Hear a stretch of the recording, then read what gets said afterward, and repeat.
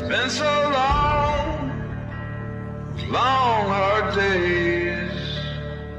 They don't say God's changed my ways, changed my ways, those evil ways. So I set out, across that way, strike them down, to make them pay, and change their ways, their evil ways.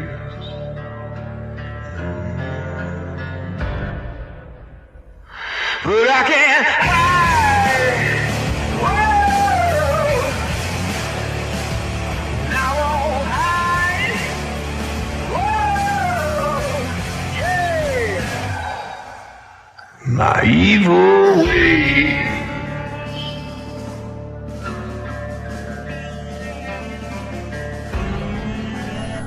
UTV race, Danny and I both qualified, lack of a better word, poorly, and started, I think, in the 70s overall out of 125.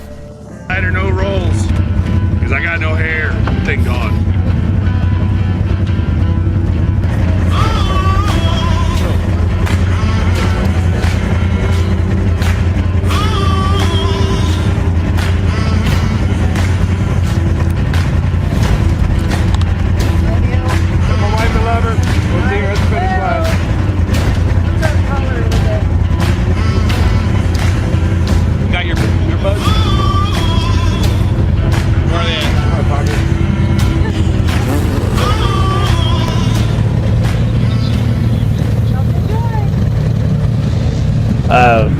We take off, and I can, right off the bat, it was dusty. Thankfully, I jumped the guy next to me and got ahead of him, so I had a little bit of time with clean air. And I think a lot of the guys at the leaders, as long as they got clean air, those guys were going fast. So mile marker 4, we hit the desert after Turkey Claw. We should have been doing 60, 70 miles an hour in the desert. We were limited to like 25 to 30 because we couldn't see. As Brad and I talk to each other because we have nothing else to do because we can't see where we're going. Decided we're driving by Braille. You hit a bump, okay, I'm off track. The ruts were, dug out because of the trophy trucks. So it's kind of like ping pong. You start feeling the car, hit a wall on one side, you go back and forth. And it's like ping pong, back and forth down the trail.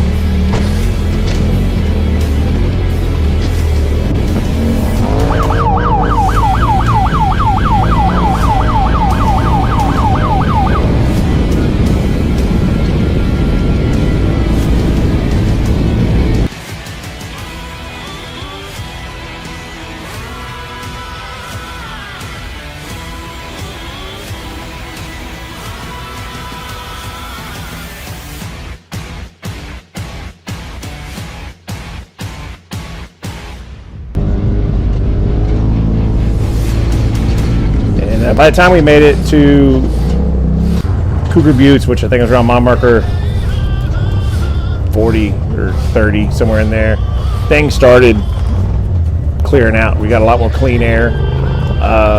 There was cars littered all through the desert. This is the first time I've seen lap 1 be the most injured prone, breakage, crashing. I mean, it was hell. First lap was hell. Then we got into rocks and it was like, oh, it's a break. Lap 1 went relatively well. Cruised through there. I think we went from 70th to around 40th. We passed a lot of cars. Lap 2's, we're going into Spooners, cleared Spooners really quickly, got into outer limits, and Brad made the co-driver mistake. Hey Chip, I don't know if I really should be in here. I got nothing to do. 30 seconds later, I laid it over on the side. I think it was on film too.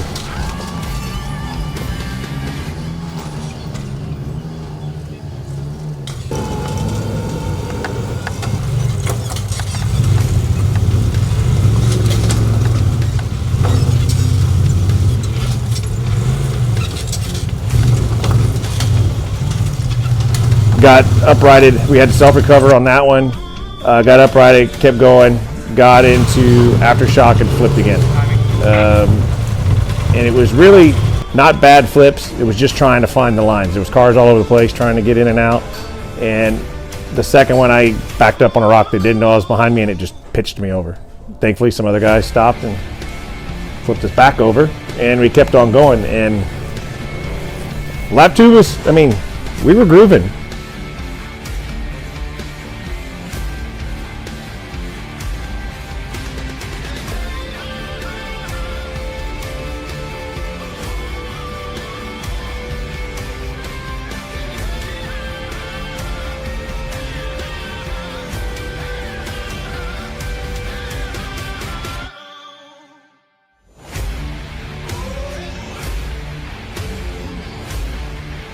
Off. It was 4:30. We had till 6 o'clock to finish.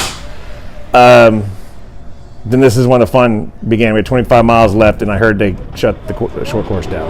And so I'm losing my mind, and they're going, we're coming to finish. I'm finishing this race.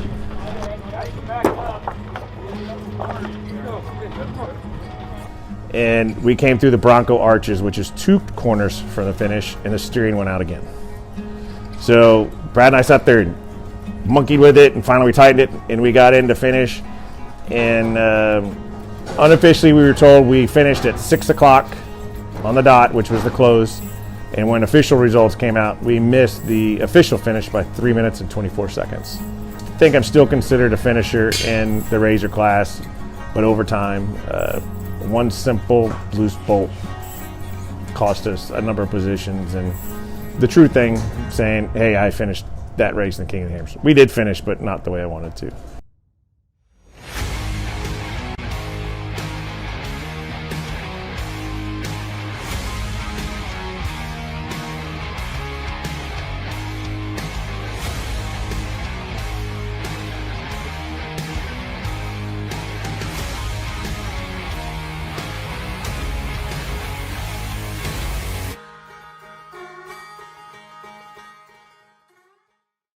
Just to finish.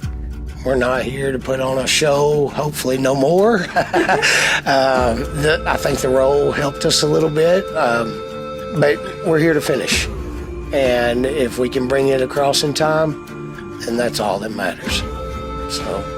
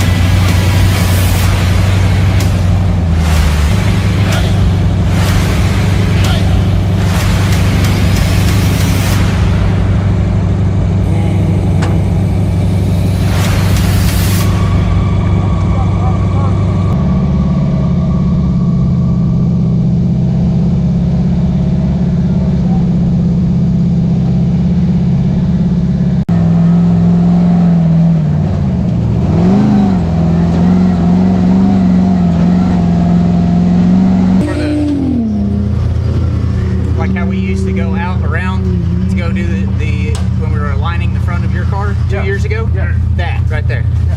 Just That's on, the bypass. Yeah, the bypass. So why did you turn around? To go back up? Yeah, to go back up, get back on resolution.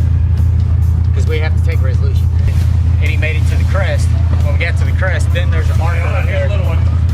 And the marker said bypass. Because I didn't have any GPS or anything to look at. Put a big dump back. Oh yeah. Back. Oh yeah. Backpack. Put it over his head. I'll put it under it so it'll be more comfortable. I thought it'd be more. He won't Banana or anything?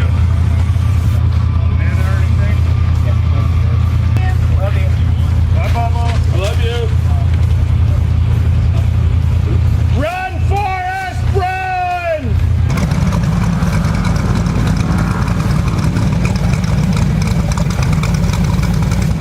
So after we got the alternator fixed, we turned around and looked like a sand car.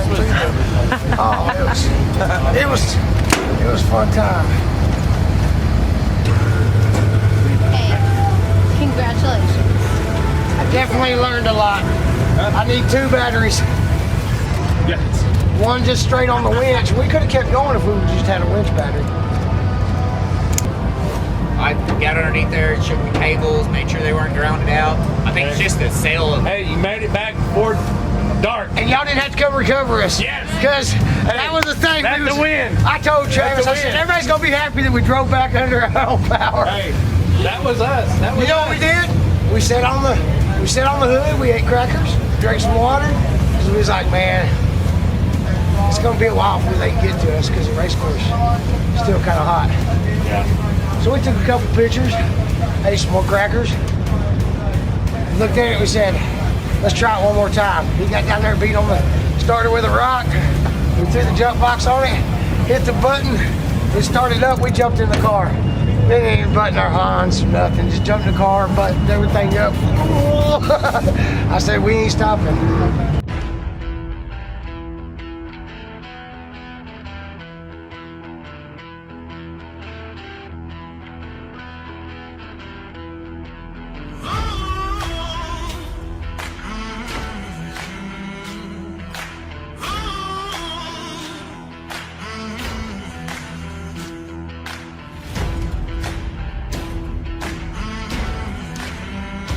Is definitely the hardest race, and it's one of those. It's kind of like the Super Bowl at the beginning of the year.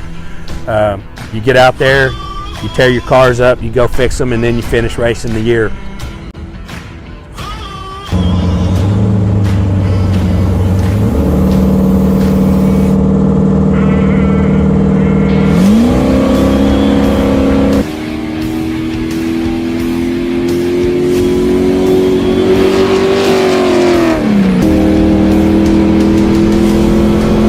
Getting out there and just being calm and cool, it was nice to be in front of him.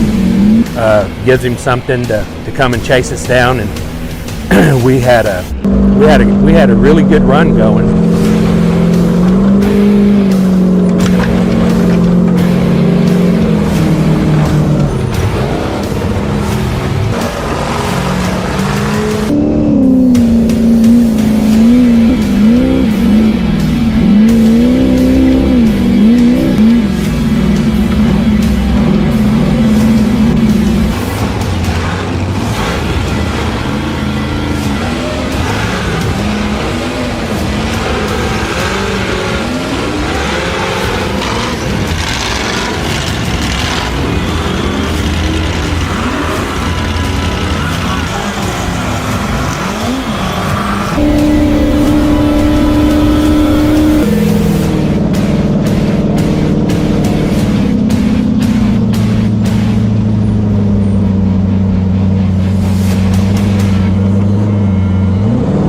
We were just clicking along, and, just taking people down. I mean, we got blown by a few times, but it was people that started ahead of us, and then they got back up and running, and here they come again. So 4,400, we were doing really good, and then we got to a point. We made it through Cougar Buttes, made it back lap 1, made it through lap 2. Not really any hang-ups. We were cruising along.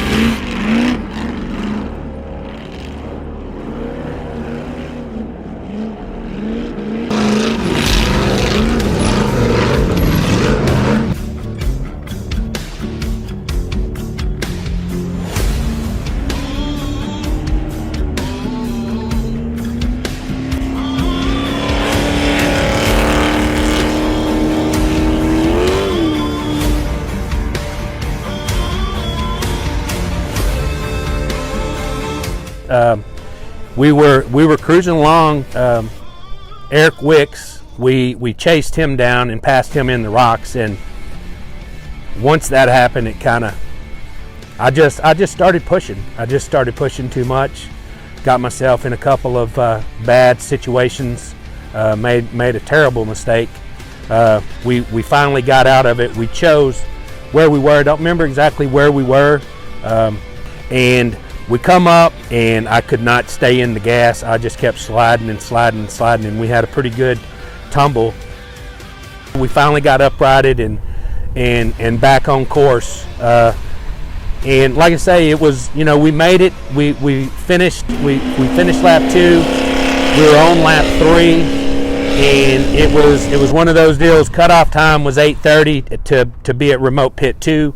We got there right at the last second, maybe a second or two late. But either way, when we were pulling in to pick up another spare, all the electrical went out, and at that point we had 30 minutes to make it to Chocolate Thunder, and we didn't want to be, late at night up on course with electrical problem trying to figure it out. So we ended up calling it. Like I say, we had it was really good until it wasn't.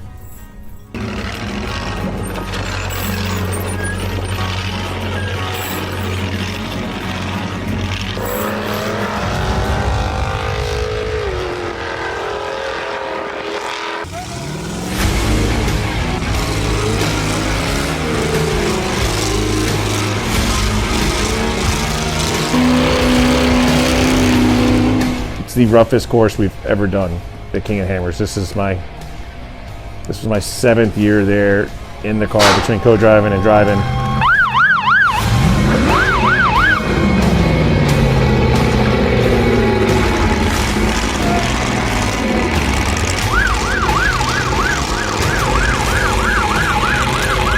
We made it, baby.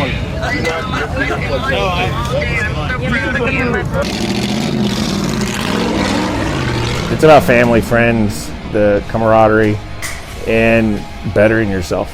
Brad and I have been best friends for a long, long time. We fight, we laugh, all in the car, joke, and we're getting better. King of Hammers, it's hard. It's getting harder. They're finding new ways to put us in places where we shouldn't be getting out of. And so even though position-wise I feel like I'm going backwards, we're actually gaining momentum, and it's going to show. The results are going to show soon for the work that we put in. So